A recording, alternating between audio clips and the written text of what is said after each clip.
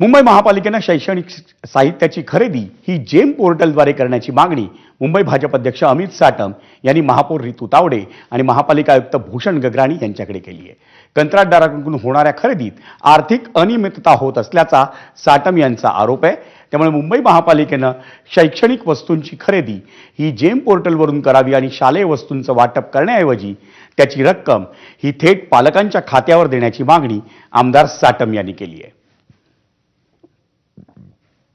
ज्या ज्या वस्तूंची खरेदी ही मुंबई महानगरपालिका करते ती कंत्राटदारांकडनं न करता डायरेक्ट मॅन्युफॅक्चररकडनं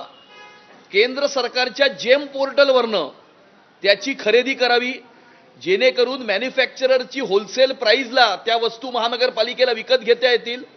आणि त्यामुळे कायमचं मुंबई महानगरपालिकेतला भ्रष्टाचार संपवण्याच्या दृष्टिकोनातनं हे पाऊल मुंबई महानगरपालिकेने उचलावं अशा प्रकारची विनंती मी महापौर आणि महानगरपालिकेच्या आयुक्तांना केलेली आहे।